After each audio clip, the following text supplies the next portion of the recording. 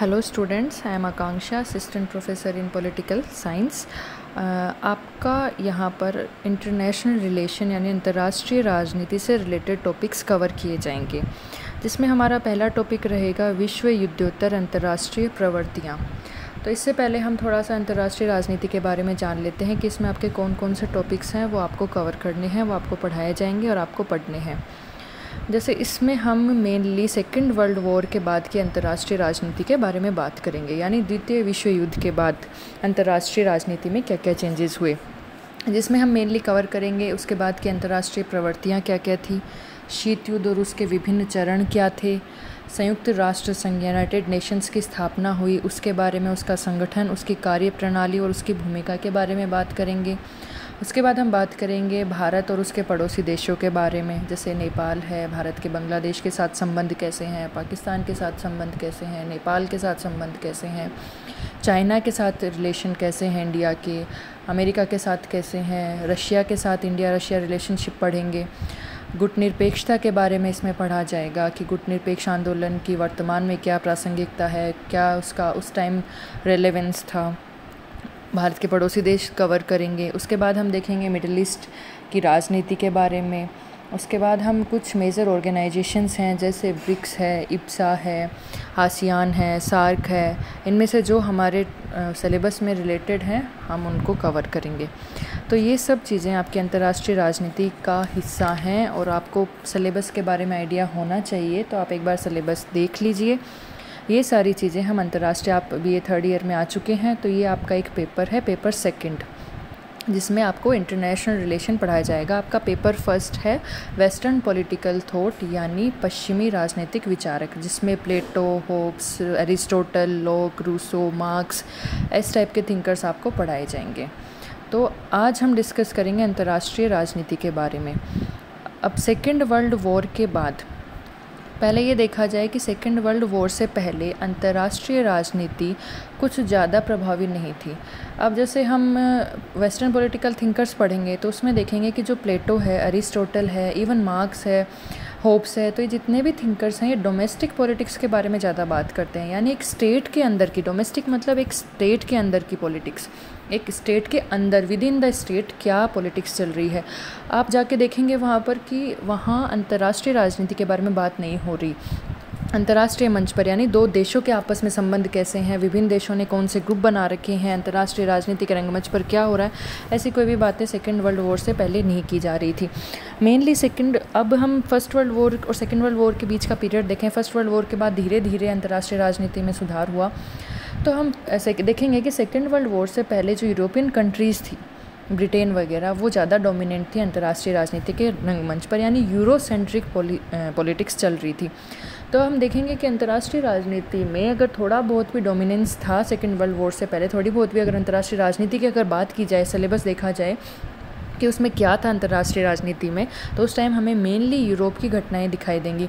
अब जैसे देखो, इंडिया भी ब्रिटेन की एक कॉलोनी था, एक उपनिवेश था, यानी ब्रिटेन उस टाइम पावरफुल था। जो भी पॉलिटिक्स हो रही थी यूरोपियन कंट्रीज़ के इर्द गिर्द उनको सेंट्रलाइज करके ही हो रही थी, उससे बाहर ज़्यादा पॉलिटिक्स नहीं थी। आज हम जैसे USA, USSR की बात करते हैं, उस टाइम ये भी इतने डोमिनेंट नहीं थे वर्ल्ड पॉलिटिक्स में, क्योंकि USA जोग्राफिकली भी थोड़ा अलग है। अब इसके लिए मैं बता दूं, आपको मैप का पता होना चाहिए। जब भी आप अंतर्राष्ट्रीय राजनीति पढ़ते हैं, आपके दिमाग में मैप आना चाहिए कि कौन सी कंट्री है, वो कहाँ वर्ल्ड के किस कोने में है, कहाँ एस्टेब्लिश्ड है, ये आपको एटलीस्ट पता होना चाहिए, तभी आप वर्ल्ड पॉलिटिक्स को अच्छे से समझ पाएंगे। ठीक है, इसमें ज़्यादा अपन कंट्रीज़ के बारे में बात करेंगे, केवल इंडिया की बात नहीं होगी, इंडिया के साथ अदर कंट्रीज़ की भी बात होगी, तो आपको एटलीस्ट नॉलेज होना चाहिए कि कौन सी कंट्री कहाँ पर स्थित है। ठीक है, तो सेकेंड वर्ल्ड वॉर से पहले क्या था कि अमेरिका, USSR जो कंट्रीज़ हैं, इनकी भी वर्ल्ड पॉलिटिक्स में कम महत्ता थी, कम इनका नेतृत्व था, ज़्यादा किसका था, यूरोपियन कंट्रीज़ का। अब आपको पता होना चाहिए यूरोपियन कंट्रीज़ कौन कौन सी हैं, तो आप मैप में जाके देखिए कि यूरोपियन कंट्रीज़ कौन कौन सी हैं। तो इन यूरोसेंट्रिक पॉलिटिक्स ज़्यादा चलती थी। फिर सेकेंड वर्ल्ड वॉर हुई। अब सेकेंड वर्ल्ड वॉर के बारे में देख लेते हैं थोड़ा सा। सेकेंड वर्ल्ड वॉर कब हुई थी? 1939 में स्टार्ट हुई और 1945 तक चली थी, लगभग 6 साल तक चली थी। ये दो ध्रुवों के बीच में लड़ी गई थी, axis powers and allies. Axis powers में कौन थे? Germany, Italy and Japan, mainly countries बता रही हूँ जिनके नेतृत्व में ये लड़ाई लड़ी गई थी। तो एक्सिस कंट्रीज़ कौन सी थी? Germany, Italy and Japan mainly.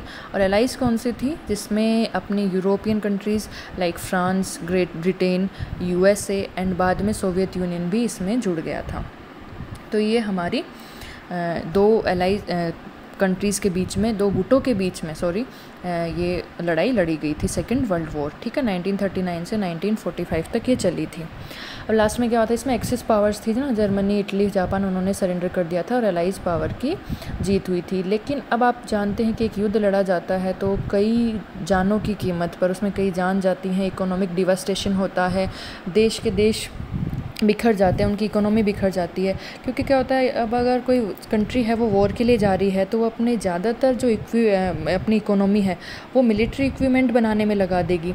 लोगों का जीवन सुधारने की बजाय, उस जीवन पर पैसा खर्च करने की बजाय, लोगों की लाइफस्टाइल सुधारने की बजाय आप किस पर ध्यान देंगे उस टाइम, सिर्फ मिलिट्री वेपन्स पर, यानी जो हथियार हैं लड़ाई लड़ने के लिए उन पर ध्यान देंगे, लोगों को युद्ध में झोंक देंगे। तो इससे क्या हुआ था कि काफ़ी लाइव्स थी, काफ़ी लोग इसमें मारे गए थे, काफ़ी देश बर्बाद हुए थे, डेविस्टेटेड हो गए थे, इंडस्ट्रीज़ बर्बाद हो गई थी, सारी इकोनॉमी युद्ध में खर्च की जा रही थी, सारा पैसा युद्ध में लगाया जा रहा था। तो ये कोई वार लड़ी जाती है, अगर कोई कंट्री विजेता भी होती है, इसीलिए तो कहते हैं ना कि लड़ाई में कोई विजेता नहीं होता, क्योंकि जो जीतता है उसको भी कोई ना कोई लॉस तो ज़रूर होता है। तो इन्होंने क्या किया कि अपना ज़्यादातर इकोनॉमी है वो लड़ाई पर लगा दी। तो क्या हुआ कि कंट्रीज़ डेवस्टेट हो गई। तो इसमें एक्सिस पावर ने लास्ट में सरेंडर कर दिया था, जर्मनी वगैरह ने, और एलाइज की विजय हुई थी। उसके सरेंडर के साथ ही सेकेंड वर्ल्ड वॉर ख़त्म हो गई थी 1945 में। तो हमारा टॉपिक क्या है, विश्व युद्धोत्तर अंतर्राष्ट्रीय प्रवृत्तियाँ।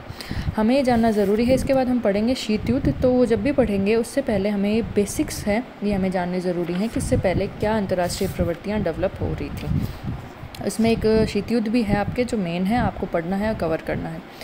तो यहाँ पे विश्व युद्धोत्तर का मतलब है हम सेकेंड वर्ल्ड वॉर की बात कर रहे हैं, यानी 1945 के बाद इंटरनेशनल पॉलिटिक्स में क्या क्या चेंजेस आए। इंटरनेशनल पॉलिटिक्स में जो भी चेंजेस आए वो इसमें देखेंगे। तो पहला चेंज था, दिख रहा होगा आपको, यूरोपियन प्रभुत्व का अंत। यानी ये सबसे पहले ये देखा गया कि जो यूरोपियन प्रभुत्व है उसका अंत हो गया, क्योंकि मैंने बताया कि सेकेंड वर्ल्ड वॉर के बाद जो इटली, जापान, ये यूरोपियन कंट्रीज़ थी, इनका क्या हुआ था कि काफ़ी मात्रा में इनकी हानि हुई थी, अर्थव्यवस्था को छिन्न भिन्न कर दिया गया था। उसकी समाप्ति के बाद, वर्ल्ड वॉर की समाप्ति के बाद इटली, जर्मनी, फ्रांस और ब्रिटेन आदि द्वितीय श्रेणी की शक्तियाँ बनकर रह गई थी। अब विश्व का नेतृत्व किसके हाथों में आ गया था, यूएसए एंड सोवियत संघ, यूएसएसआर के हाथों में आ गया था। यूरोपियन कंट्रीज़ के हाथों से निकल अब वर्ल्ड पॉलिटिक्स पे मेन कौन हो गए थे, यूएसए एंड यूएसएसआर, इनके हाथों में वर्ल्ड पॉलिटिक्स का नेतृत्व आ गया था। इससे पहले किसके अंदर था, यूरोपियन कंट्रीज़, वो मेनली वर्ल्ड पॉलिटिक्स पे डोमिनेंट थी, वहाँ पर उनकी डोमिनेंस थी, यानी उनका नेतृत्व था। अब उनकी वॉर में उनको इतनी ज़्यादा हानि हुई कि अब वो वर्ल्ड पॉलिटिक्स पे नेतृत्व कर पाना उनके लिए संभव नहीं था। वर्ल्ड पॉलिटिक्स पे कौन नेतृत्व कर पाता है, जिसका इकोनॉमी डेवलपमेंट बहुत अच्छा हो, जहाँ के लोगों का लिविंग स्टैंडर्ड बहुत अच्छा हो, वही कंट्री है वो वर्ल्ड पे डोमिनेंस कर पाता है। ठीक है, तो ये भी द्वितीय श्रेणी की शक्तियाँ बनकर रह गई थी, सेकेंड रेट पावर बनकर रह गई थी। अब सोवियत संघ और यूएसएसआर के हाथों में नेतृत्व आ गया था। तो पहला हमने देखा कि सेकेंड वर्ल्ड वॉर के बाद चेंज क्या हुआ कि यूरोपियन प्रभुत्व का अंत हो गया। सेकेंड चेंज हमने देखेंगे कि परमाणु युग का सूत्रपात हुआ। आप जानते हो हिरोशिमा व नागासाकी पर अणु बम गिराए गए, किसके द्वारा, यूएसए के द्वारा। वहाँ पर काफ़ी हानि हुई, 90% लगभग इमारतें वहाँ नष्ट हो गई, काफ़ी मनुष्य मारे गए, एक महासंहार था। इसके साथ ही परमाणु युग का सूत्रपात हुआ। ठीक है, जापान के हिरोशिमा व नागासाकी पर यूएसए द्वारा बम विस्फोट के साथ ही परमाणु युग का सूत्रपात हुआ। तो इसमें देख लेते हैं किस किस वैज्ञानिक ने इसको क्या नाम दिया है। जैसे मैक्स लर्नर है, वो आज के युग को अति मारकता का युग कहते हैं। वो कहते हैं कि भाई आजकल एक महाद्वीप से दूसरे महाद्वीप तक पहुंचने वाले प्रक्षेपास्त्र और शब्द की रफ्तार से भी तेज़ रफ्तार से उड़ने वाले जेट विमान, नाभिकीय बम फेंकने वाले प्रक्षेपास्त्र और परमाणु ऊर्जा से चलने वाले विमान और पनडुब्बियाँ बन चुके हैं। यानी एक महाद्वीप से दूसरे महाद्वीप में शब्द की रफ्तार से ही आप हथियार फेंक सकते हो। तो इसलिए इन्होंने क्या कहा कि आज का युग है वो अति मारकता का युग है।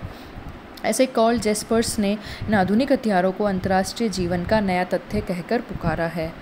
अगले एक थिंकर हैं E.H. कार। इनका मत है कि परमाणु हथियारों की भयानकता के कारण अंतर्राष्ट्रीय राजनीति की पृष्ठभूमि में युद्ध की छाया सदैव घूमती रहती है। तो अब आप आंसर्स लिखोगे अपने IR में, जब आपसे क्वेश्चंस पूछे जाएंगे तो आपको 2-4 थिंकर्स हमेशा याद होने चाहिए कि उन्होंने क्या कहा था। इम्पोर्टेंट है, आंसर अच्छा हो जाता है इससे लिखते हो तो। ठीक है, तो ये कुछ मेन थिंकर्स थे, उन्होंने परमाणु युग को ये डिफरेंट नामों से कहकर पुकारा है। ठीक है, अब अगला पॉइंट है एशिया व अफ्रीका का जागरण और संप्रभु राज्यों की संख्या में वृद्धि। सेकेंड वर्ल्ड वॉर से पहले ज़्यादातर राज्य थे वो कॉलोनीज़ थे। फॉर एग्जांपल इंडिया ब्रिटेन की कॉलोनी था, तो ये ज़्यादातर अफ्रीका के राज्य भी एशिया के कंट्रीज़ कौन आते हैं। अब वर्ल्ड पॉलिटिक्स में देखेंगे कि ईस्टर्न साइड के जो नेशंस हैं लाइक इंडिया है, चाइना है, ऑस्ट्रेलिया है, इंडोनेशिया है, ये अरब कंट्रीज़ हैं, तो ये इस साइड वाले जो नेशंस हैं ये आते हैं एशियन कंट्रीज़ में इधर।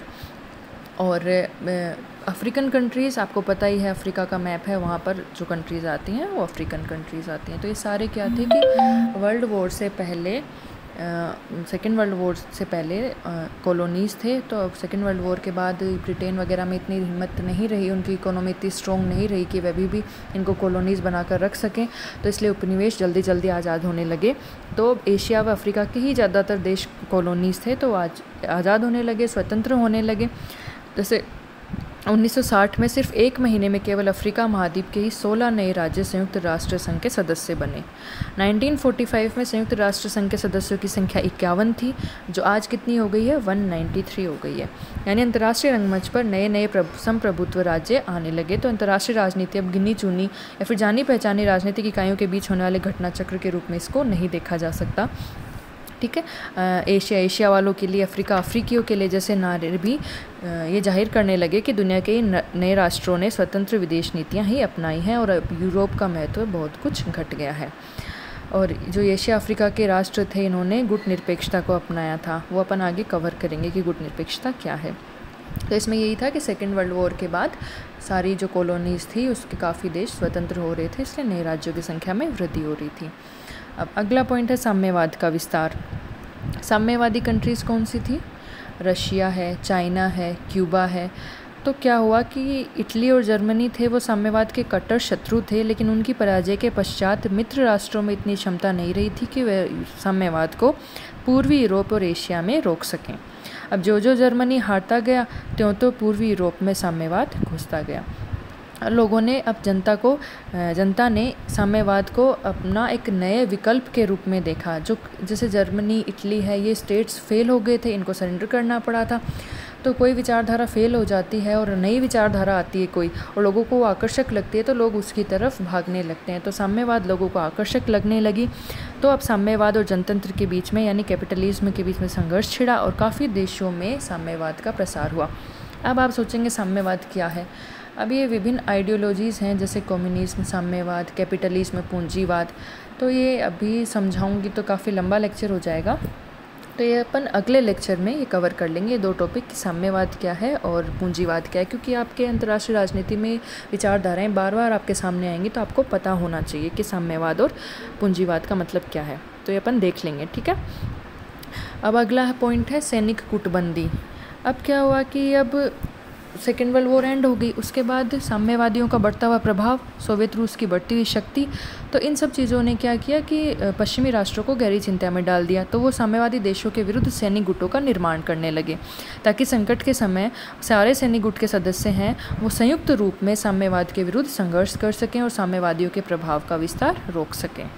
और ये बात समझ में, मतलब उनको साम्यवाद से खतरा लगने लगा, क्योंकि कई बार क्या होता है, जैसे पूंजीवाद था वो एक स्टैब्लिश्ड एक पुरानी विचारधारा थी, साम्यवाद एक नई विचारधारा आ रही थी। तो कोई नया चीज़ आती है तो लोगों को उससे खतरा लगता है कि भाई ये हमारी जो पुरानी विचारधारा है इसको ख़त्म ना कर दे। अब USA है, यानी अमेरिका है, ब्रिटेन है, इंग्लैंड है, यूरोपियन कंट्रीज़ हैं, ईस्टर्न यूरोपियन कंट्रीज़ मेनली, तो वो सारे क्या थी कि पूंजीवाद के प्रभाव में थी। और इधर जो रशिया है, चाइना है, ये सारी क्या थी, साम्यवाद के प्रभाव में थी। और साम्यवाद पश्चिमी यूरोप में भी फैल चुका था, तो ये आगे पूर्वी यूरोप की तरफ बढ़ रहा था। तो अमेरिका वगैरह को खतरा लगा कि इस नई विचारधारा से हमें खतरा हो सकता है, तो इन्होंने सैनिक गुटों का निर्माण करना शुरू कर दिया, ताकि अगर कोई भी साम्यवादी देश उन पर अटैक करे तो संयुक्त रूप से उसका सामना कर सके।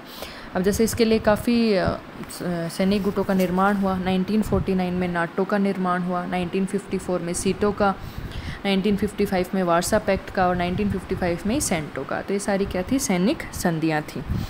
जो अस्तित्व में आई।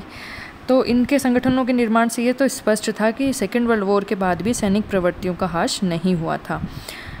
माना कि संधियाँ शांति स्थापना के लिए थी, लेकिन इनमें युद्ध की उत्तेजना भी छुपी हुई थी। अब अगला है शीत युद्ध। अब क्या हुआ, सेकेंड वर्ल्ड वॉर के साथ ही जर्मनी और जापान की पराजय हुई, गोली और बमों का युद्ध समाप्त हो गया, लेकिन साम्यवादी और पूंजीवादी देशों में एक नए ढंग का युद्ध शुरू हुआ जिसको शीत युद्ध के नाम से जाना जाता है। अब क्या हुआ था, सेकेंड वर्ल्ड वॉर के टाइम हम शीत युद्ध में देखेंगे ये कि सोवियत यूनियन और यूएसए ने मिलकर युद्ध लड़ा था जर्मनी, जापान, इटली के खिलाफ। लेकिन जो उनकी मित्रता थी वो कुछ लंबे टाइम तक नहीं चली, कुछ टाइम तक ही चली, क्योंकि उनकी विचारधाराओं में डिफरेंसेस था।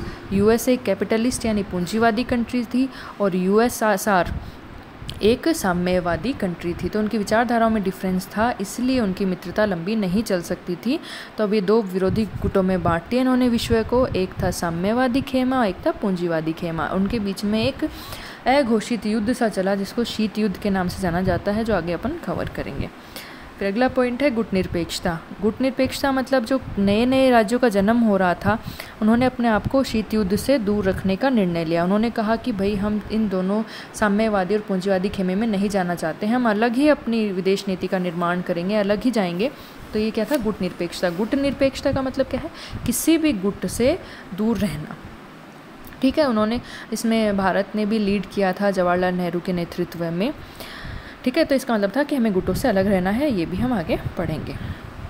ठीक है, अगला था साम्राज्यवाद व उपनिवेशवाद का अंत। अब सेकेंड वर्ल्ड वॉर तक क्या था कि साम्राज्यवाद उपनिवेशवाद फैला था।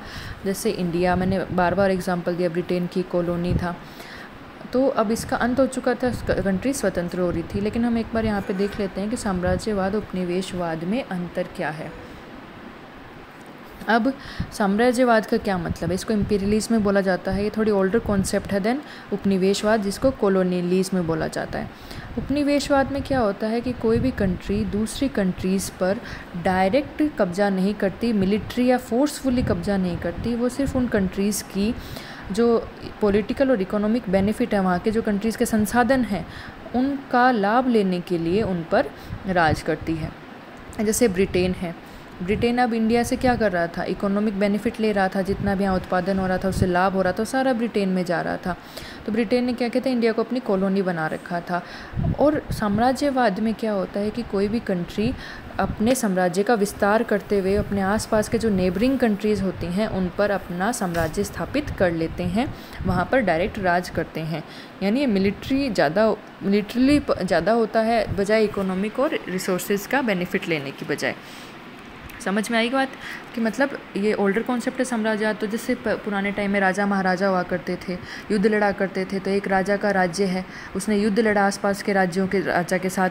तो अगर वो जीत गया तो उस क्या करता था कि अपने राज्य में उस जो क्षेत्रफल को भी मिला लेता था। तो ऐसे उसके साम्राज्य का विस्तार हो जाता था। तो ये तो था साम्राज्यवाद। ठीक है, अब उपनिवेशवाद क्या होता है कि जैसे ब्रिटेन ने अपने साथ युद्ध नहीं लड़ा, डायरेक्ट अपने को खुद के अंदर शामिल नहीं किया। समझ में आ रहा है, जैसे इंडिया को उसने ये नहीं कहा कि ये भी ब्रिटेन का हिस्सा है। उन्होंने इंडिया को इंडिया रहने दिया और उसके जो रिसोर्सेज थे उनका लगातार वो यूज़ करते रहे।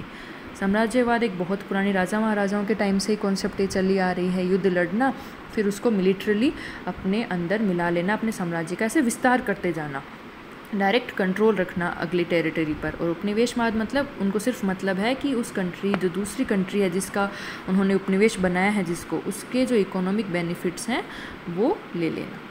ठीक है, तो ये था साम्राज्यवाद उपनिवेशवाद। तो इनका सेकेंड वर्ल्ड वॉर के एंड होने के साथ ही इनका एंड भी हो रहा था।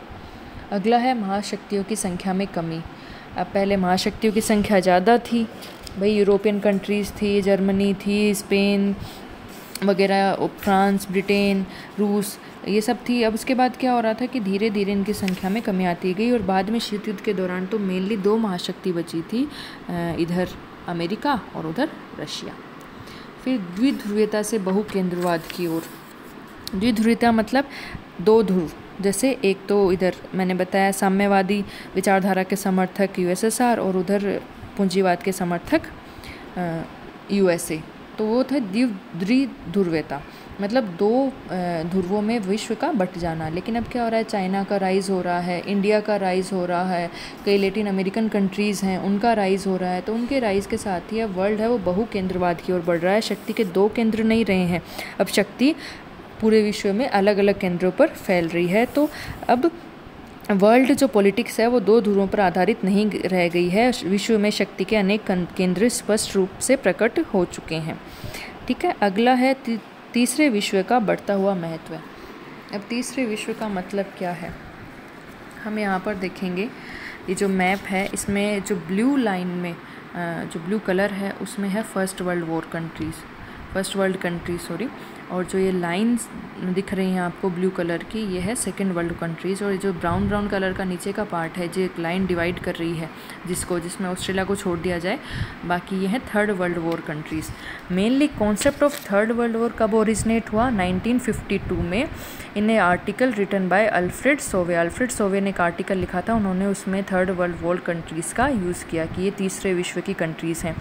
इसका मतलब क्या था कि वो कंट्रीज़ जो या तो ना तो वो साम्यवादी खेमे में गई हैं ना वो पूंजीवादी खेमे में गई हैं, यानी ऐसी कंट्रीज़ जिन्होंने गुट निरपेक्षता को अपनाया है, ना ही वो अपने आप को उन्होंने साम्यवादी खेमे में शामिल किया ना ही पूंजीवादी, वो दोनों गुटों से दूर रहकर अपनी अलग फॉरेन पॉलिसी पर चल रही हैं, अपनी नॉन अलाइनमेंट पर चल रही हैं। तो उन कंट्रीज़ को उन्होंने थर्ड वर्ल्ड वॉर कंट्रीज़ का नाम दिया कि जो एक्स कॉलोनियल स्टेट्स थे।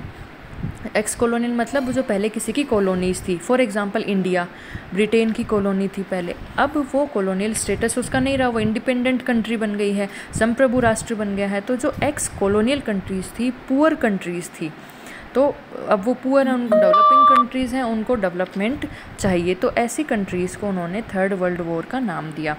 समझ में आई बात। अब जैसे ब्लू जो कलर में दिख रही है ये डेवलप्ड कंट्रीज़ थी, जिसमें मेनली यूएसए है, ऑस्ट्रेलिया है, और ये जो लाइन है ब्लू कलर की इसमें मेनली कम्युनिस्ट ब्लॉक की कंट्रीज़ दिख रही हैं, जैसे रशिया है, चाइना है और क्यूबा भी इसमें आता है।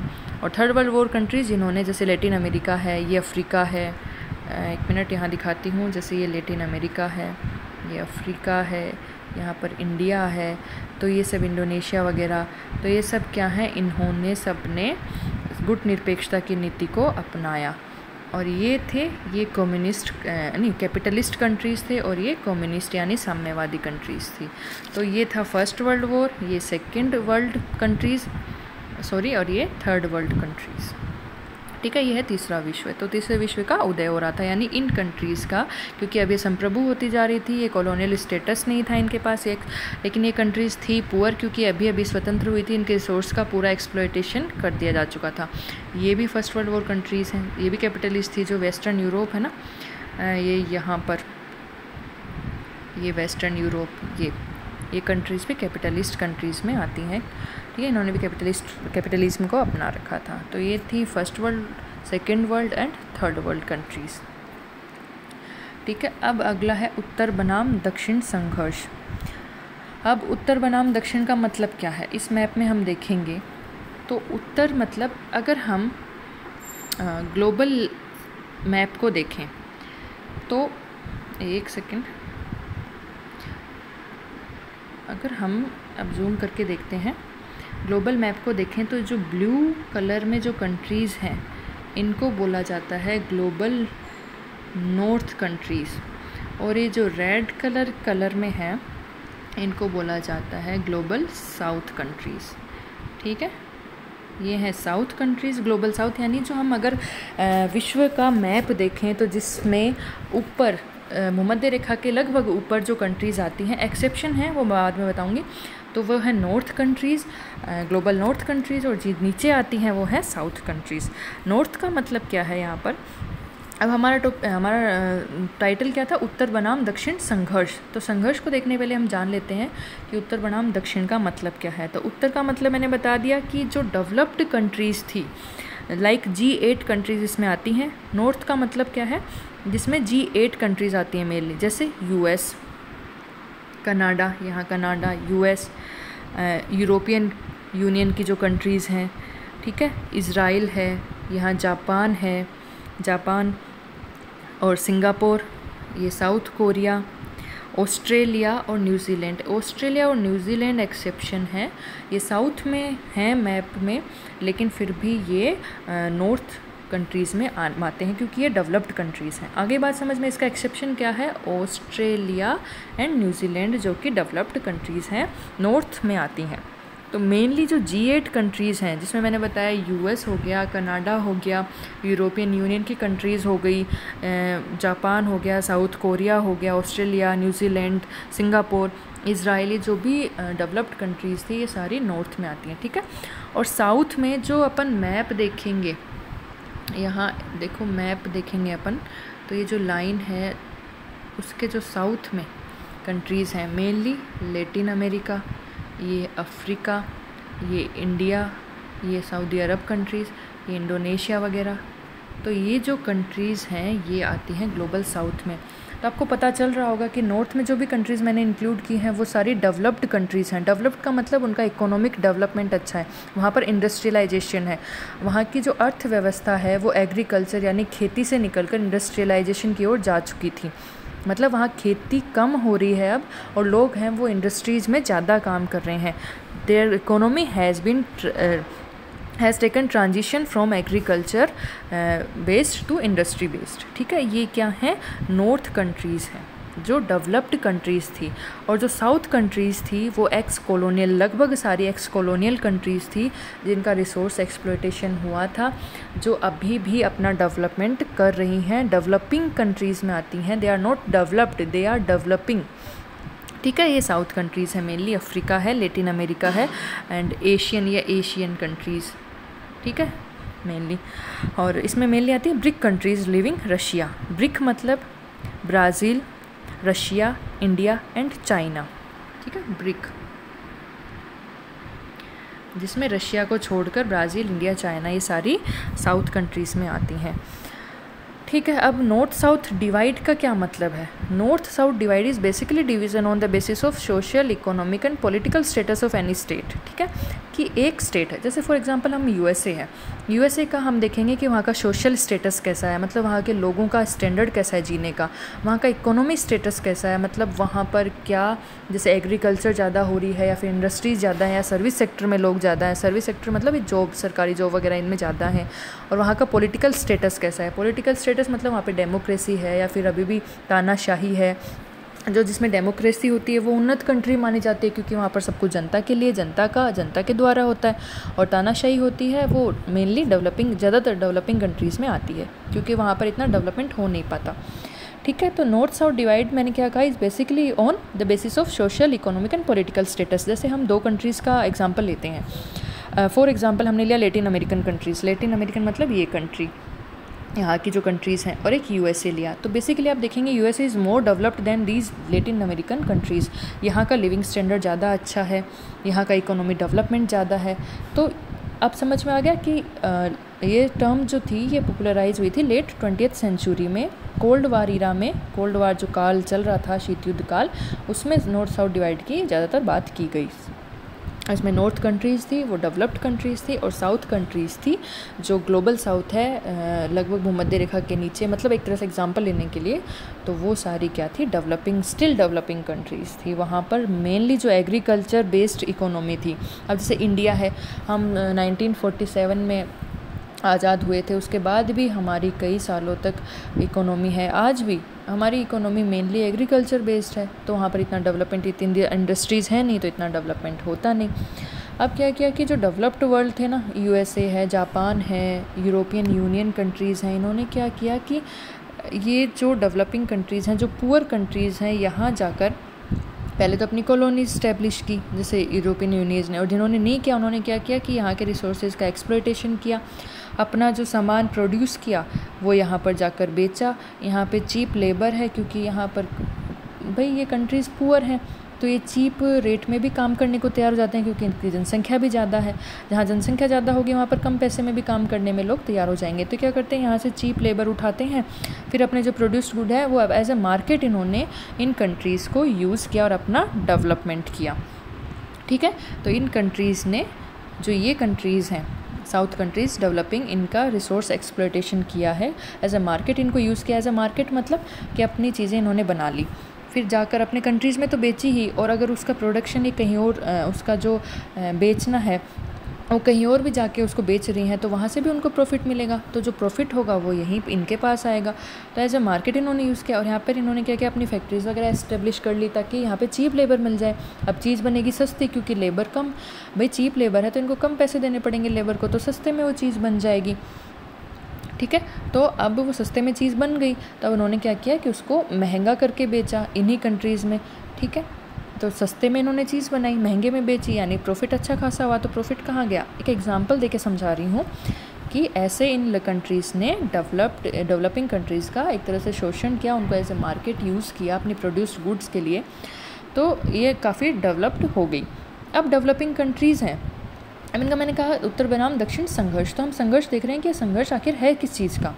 तो अब ये डेवलपिंग कंट्रीज़ है ना, ये भी अपना विस्तार करना चाह रही हैं, भाई ये भी चाहते हैं कि हम डेवलप्ड हों, तो अब ये डेवलप्ड कंट्रीज़ को एज अ मार्केट यूज़ करना चाहती हैं। अब ये भी कह रही हैं कि हम भी जो चीज़ें बनाएं आप वहाँ पर हमें बेचने दो, रीज़नेबल रेट्स पे हमें बेचने दो। तो अब ये क्या होता है कि इनका वर्ल्ड में डोमिनेंस थोड़ा ज़्यादा है डेवलप्ड कंट्रीज़ का। तो ये developing countries, developed versus developing में बार बार यूज़ कर रही हूँ, चाहे नॉर्थ वर्सेस साउथ यूज़ कर लो। तो साउथ कंट्रीज़ हैं, ये अपना डेवलपमेंट करने के लिए इन कंट्रीज़ में अपना मार्केट ढूंढ रही हैं अपनी चीज़ों को बेचने के लिए। लेकिन ये कंट्रीज़ क्या है, अब प्रोटेक्शनिस्ट, यानी ऐसी पॉलिसीज़ लागू कर रही हैं जैसे अब यहाँ से कोई माल गया उस पर टैक्स लगा फॉर एग्ज़ाम्पल। ठीक है, तो अब ये क्या करेंगी, उस टैक्स को इतना हाई कर देंगी। फॉर एग्ज़ाम्पल यहाँ से कोई चीज़ 20 रुपये की गई, उस पर 20 रुपये का इन्होंने टैक्स लगाया, तो अब यहाँ पर ये चीज़ कितने रुपए में मिलेगी, 40 रुपये में मिलेगी। तो ये क्या करते हैं, टैक्स इतना हाई कर देती हैं कि वो चीज़ यहाँ पर बहुत महंगी मिले तो लोग उसको खरीदें नहीं, महंगी मिले, क्योंकि लोग तो क्या होता है कि कंज्यूमर क्या होता है, सस्ते से सस्ती चीज़ खरीदना चाहता है। तो सस्ते में मिल जाए, दो चीज़ें हैं, एक आपको सस्ते में मिल रही है, एक बहुत महंगी मिल रही है, तो आप जनरली क्या प्रीफर करोगे कि अच्छी क्वालिटी की चीज़ सस्ते में मिल रही है तो हम वो ले लेंगे। तो क्या करते हैं, इतना ज़्यादा टैक्स कर देती हैं कि हम वहाँ पर अपनी चीज़ बेच नहीं पाते, या फिर ऐसी पॉलिसीज़ लगा देती हैं कि हम वहाँ पर अपनी चीज़ें बेच नहीं पा रहे। तो यही संघर्ष अब उत्तर दक्षिण में चल रहा है कि भाई आपने हमारा एक्सप्लॉयटेशन किया, हमारा चीप लेबर यूज़ किया, हमारे कंट्रीज़ में आके सामान बेचा, तो हमें भी बेचने दो, हमें भी अपना इकोनॉमिक डेवलपमेंट करने दो, जो कि हो नहीं पा रहा है। तो यही संघर्ष इनके बीच में चल रहा है। ठीक है, उत्तर बनाम दक्षिण संघर्ष, उत्तर ये है और दक्षिण ये है। ये डेवलप्ड कंट्रीज़ हैं, मेनली G8 कंट्रीज़ आती हैं, ऑस्ट्रेलिया एक्सेप्शन है, ये है तो साउथ में, लेकिन ये आता है डेवलप्ड कंट्रीज़ में। और ये कौन सी हैं, साउथ कंट्रीज़ हैं जो कि डेवलपिंग कंट्रीज़ हैं। आ रही है बात समझ में, ये है नॉर्थ साउथ, यानी नॉर्थ मतलब डेवलपमेंट, इकोनॉमिक डेवलपमेंट, इंडस्ट्रियलाइजेशन। ये है तीसरा मतलब नॉर्थ साउथ का संघर्ष क्या था। आ गया। अब तीसरा विश्व क्या था वो भी एक बार रिपीट कर देती हूँ मैं। ये था, एक सेकेंड, ये था फर्स्ट वर्ल्ड, जो कि मेनली कैपिटलिस्ट कंट्रीज़ यानी पूंजीवादी कंट्रीज़ हैं। ये है सेकेंड वर्ल्ड, जो कि मेनली कम्युनिस्ट यानी साम्यवादी कंट्रीज़ हैं। और ये है थर्ड वर्ल्ड, जो कि अपने आप को गुट निरपेक्ष बताते हैं, यानी किसी भी गुट में शामिल नहीं होना चाहते मेनली। ठीक है, और ये थर्ड वर्ल्ड कंट्रीज़ का सबसे पहले यूज़ किसने किया था, अल्फ्रेड सौवे ने अपने आर्टिकल में 1952 में। ठीक है, तो ये मेनली थे। अब लास्ट पॉइंट रह जाता है हमारा संयुक्त राष्ट्र संघ बढ़ता हुआ परिवार। मतलब यही है कि सेकेंड वर्ल्ड वॉर के बाद संयुक्त राष्ट्र संघ को ज़्यादा महत्व मिला। अब कंट्रीज़ हैं इसके लगातार बढ़ रही हैं। एक टाइम में 50 समथिंग कंट्रीज़ थी, अब 193 कंट्रीज़ हैं, तो लगातार इसका परिवार बढ़ रहा है। ये संयुक्त राष्ट्र संघ हम आगे भी अच्छे से कवर करेंगे। तो ये था आपका टॉपिक।